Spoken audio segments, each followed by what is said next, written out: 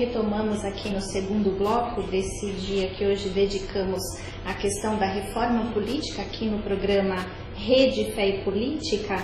E esse preparo para as eleições, ele é um foco e um grande interesse da Pastoral Fé e Política nessa formação da consciência a respeito da importância do sistema eleitoral, a importância do combate à corrupção das eleições, do voto, né? Não é necessário apenas escolher bem o candidato, mas acompanhar, ver como é que ele está nos representando.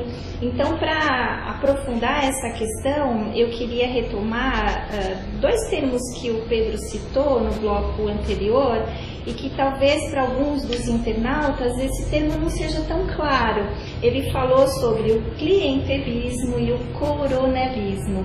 E aí, Pedro, eu gostaria que você explicasse para o nosso internauta o que significa isso quando usamos esses termos na política. Muito bem. Estamos nesse momento, no começo do ano de 2012, discutindo reforma política. Isso está aparecendo na mídia, isso está aparecendo nas discussões comunitárias como uma oportunidade da gente melhorar a nossa participação, como uma oportunidade do nosso voto valer mais, como uma oportunidade de gerar mudanças importantes. E nesse âmbito a gente sabe que as mudanças ideais são muito abrangentes, né? Por exemplo, então elas significariam uma reforma do sistema político como um todo, sendo que nesse momento a gente está podendo pensar a reforma política mais específica. E se você for olhar as principais propostas que estão sendo discutidas, que o movimento popular, o movimento social ajudou a colocar em pauta, você vai verificar que elas tentam agir e atuar sobre algumas mazelas, sobre alguns problemas históricos que tiram qualidade da política e que ajudam a política a ser mais interesses privados do que o interesse do conjunto da população, o interesse do povo. Então, quando a gente fala coronelismo, a gente está falando de um conceito do século XX, da época em que as pessoas moravam no campo, onde o coronel dominava as comunidades e na hora do voto se dizia que ele dava um benefício, ou meio benefício para a pessoa votar, e depois de votar ele dava outra metade do benefício. Dava uma opercata hoje e outra depois da eleição.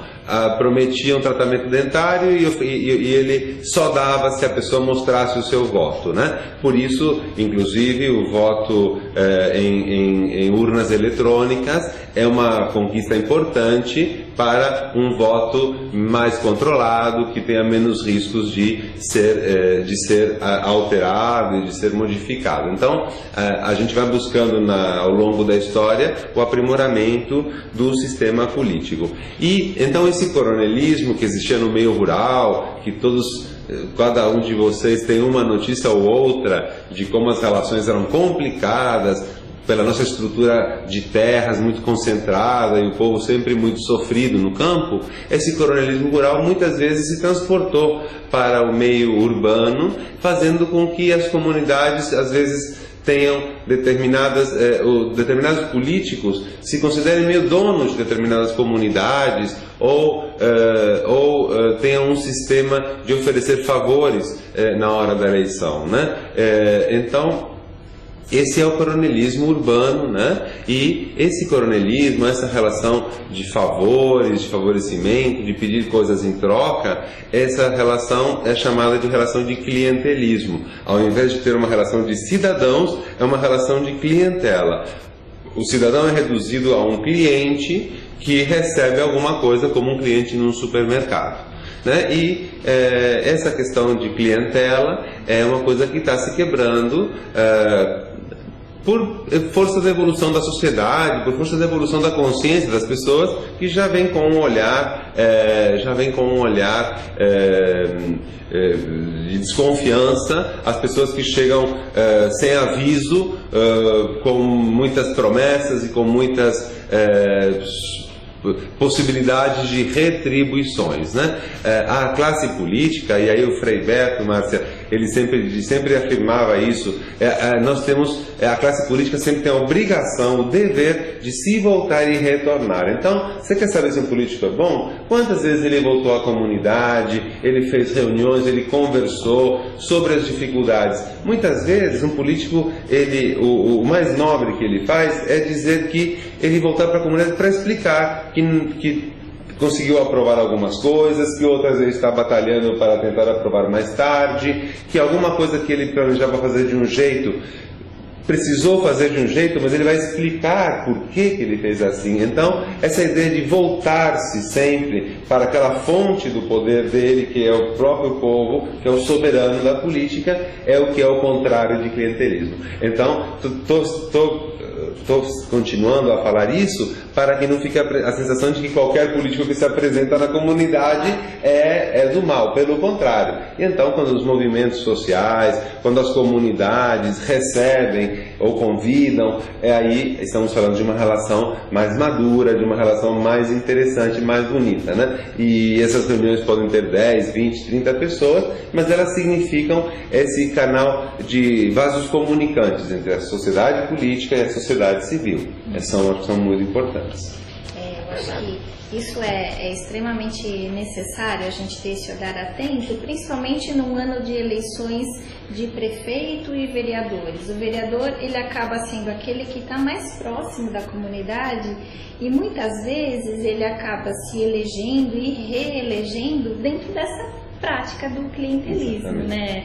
O povo fica muito grato, achando que aqueles benefícios, aqueles favores foram tão importantes, quando na verdade a gente tem que enxergar que ele não está lá para favorecer aqueles que batem na porta do seu gabinete, ele está lá para promover que aquele avanço seja um avanço para todos, né? O bem comum, ele passa justamente por aí, né? Exatamente. Na promoção disso. Então, esse alerta no ano de eleições, eu acho que ele é muito importante, né?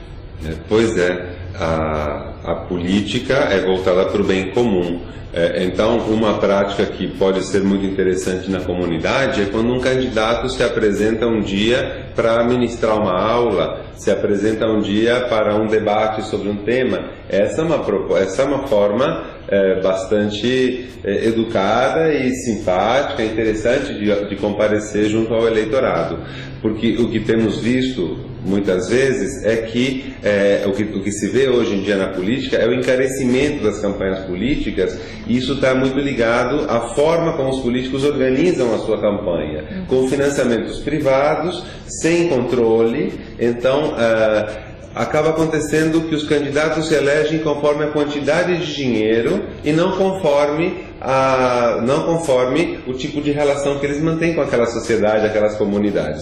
Então, isso traz o assunto do financiamento de campanhas.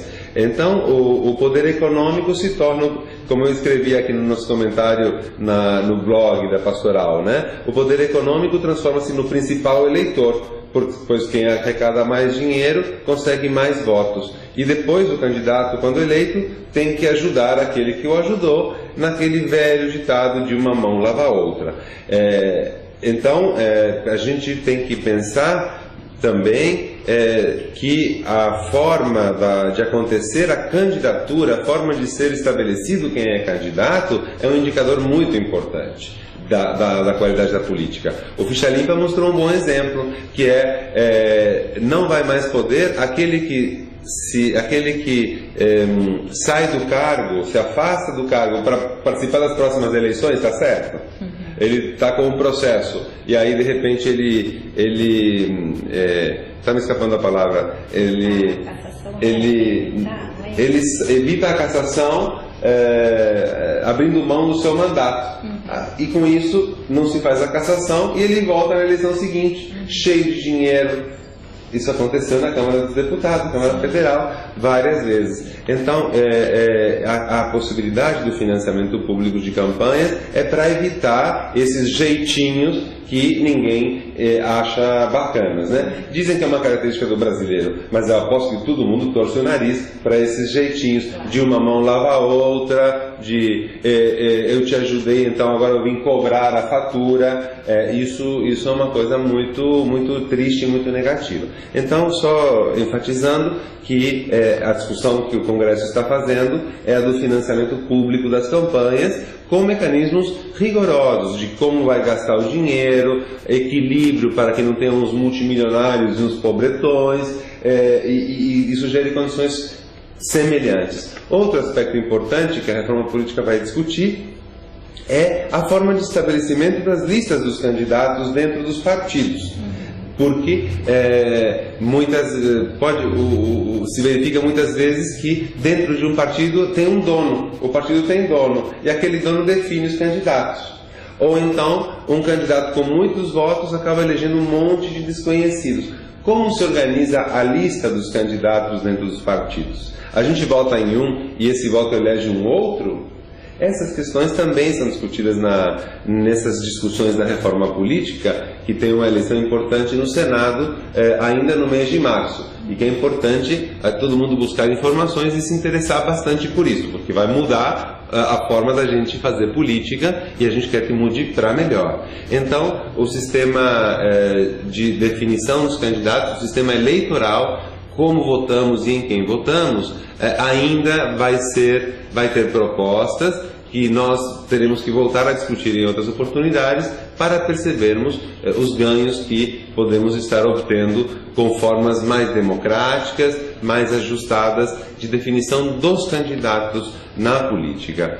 E esse assunto traz o assunto do gênero e o assunto da mulher. Porque uma das discussões que a gente faz quando pensa na forma de organizar os candidatos é, por exemplo, abrir espaço para a mulher que hoje participa muito pouco da política partidária. Tudo que ela participa da vida comunitária, ela está praticamente ausente da vida política, da sociedade política. Então, a gente observa que dos 20 países maiores do mundo, Brasil é um dos que tem menos mulheres em cargos públicos, menos mulheres em cargos de direção nas empresas. Então, essa é uma questão que Argentina avançou muito, Uruguai avançou muito, a Europa avançou muito, nós temos várias primeiras ministras, nós temos uma presidenta do Brasil, e inclusive há esse debate de chamá-la de presidenta pelo fato de ser uma mulher, né? De ser uma executiva, de ser uma política, e não de ser um político mulher, um executivo mulher. Então, quando há uma governadora, ninguém chama de a governador. Então, já se observa, até antes do fato da eleição de uma presidenta, já se observa uma mudança de consciência admitindo que a mulher deve ocupar espaços de uma outra maneira. E isso é um tema para a reforma política e está sendo levado em especial consideração. Uma das propostas é que se crie uma cota mínima de mulheres candidatas em cada partido. Essa é uma proposta. Outra proposta é que a lista alterne nomes de mulheres e de homens, mulheres e homens. Então, é uma forma, isso é chamado de uma estratégia de afirmação de direitos que é proposta para corrigir um desvio. E onde aconteceu essa mudança de foco, a gente percebe que a política se torna algo muito mais próximo da população, algo muito menos distante, muito menos elitizado, e abre uma oportunidade para todos participarem. Imagina, Márcia, uma forma de financiamento mais democrática e tirar as barreiras para que pessoas com talento, homens ou mulheres, se candidatem. É uma mudança importante, significativa. Porém, não se pode deixar de destacar que essas questões que o Congresso está discutindo dependem muito da participação, dependem muito, por exemplo, de ocupar os espaços de debate na internet, né? Manifestando opiniões e comentários, enfim, a participação sempre é necessária, né? Seja nos movimentos sociais, quando eles marcam mobilizações, petições online, que está tão na moda, e é tão legal, os temas importantes, fazer abaixo-assinados para reforçar, e o Ficha Limpa também teve, além da assinatura, que vai de comunidade em comunidade, de igreja em igreja, também tem os abaixo-assinados por internet. Então são mecanismos mais tradicionais ou mais modernos que ajudam. E tudo isso parece uma coisa complexa, demorada, parece que a gente tem que parar de fazer tudo para fazer política, mas a ideia é justamente o contrário, que ela é uma coisa do cotidiano que pode ser feita enquanto vamos tocando as nossas diversas tarefas, né? E aí nós sabemos bem que as mulheres têm um trabalho redobrado, porque ainda a nossa cultura, a nossa sociedade não deixa nossos homens serem tão proativos como deveriam ser, né? Nas tarefas domésticas, nas tarefas com os filhos, etc. Muito bom. Então, todos os instrumentos que você comentou a respeito da reforma política são instrumentos que promovem a igualdade, né? Onde você tenha um financiamento que seja não tão diferente, mas um pouco mais equilibrado, dando a condição daqueles que não têm tantos recursos também participarem do processo. A questão da lista obedecendo o gênero, onde tem uma porta de inclusão das mulheres nesse processo de participação. E acho que junto com isso vem um fortalecimento dos partidos, né? Onde as pessoas não vão votar só no candidato, mas vai ter uma preocupação em que partido aquele candidato está envolvido e, no caso, que propostas aquele partido tem. Me parece que hoje a gente perde um pouco, né, esse formato dos partidos e a gente vota só nas pessoas, e é importante esse resgate, né, Pedro? Eu acho que você tocou num ponto muito importante. O Brasil tem uma tradição, né, e pelo menos a metade dos partidos, os seus votantes, uma parcela deles vota na lista, vota no número do partido para deputados e senadores e vereadores, né? Esse é o voto na lista. Já está enraizado na cultura política.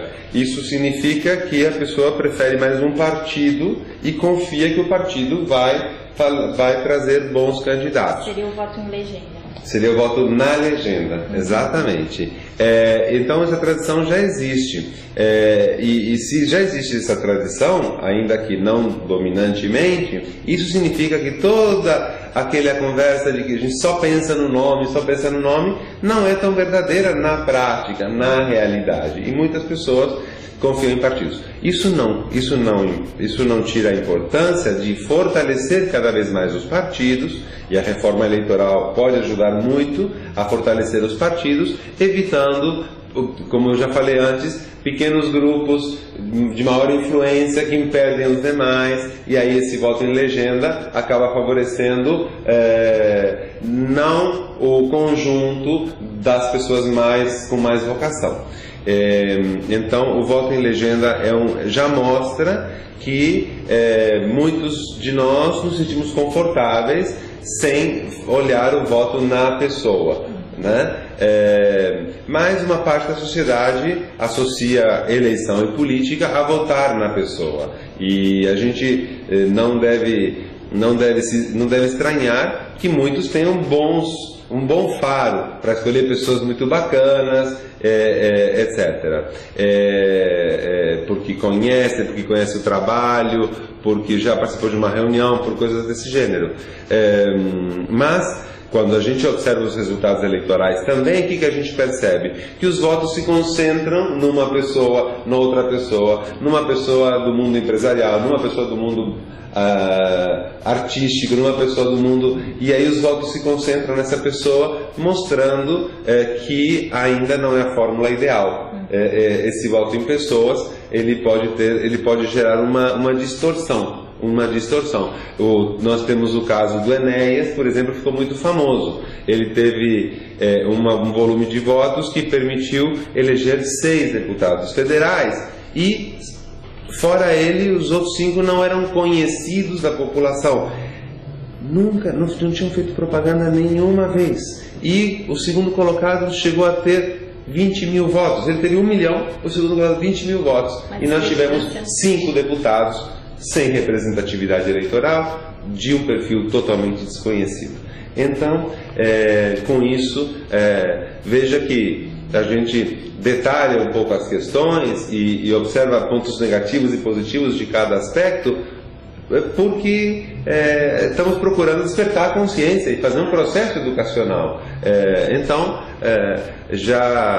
o robustecimento dos partidos ele é muito importante para que eles se definam melhor e digam para onde vão. A gente tem partidos, por exemplo, partidos maré. Né? A maré vai para um lado, o partido vai para o lado, o partido vai para o outro. A reforma política propiciaria muito isso, a definição melhor, mais clara do partido e, com isso, a melhoria da qualidade política.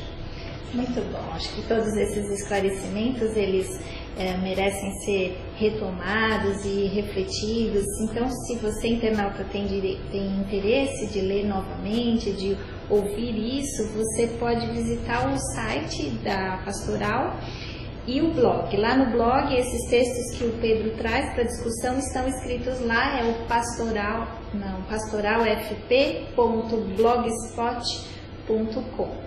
Nos vemos em breve aqui na Rede Fé e Política. Até a próxima.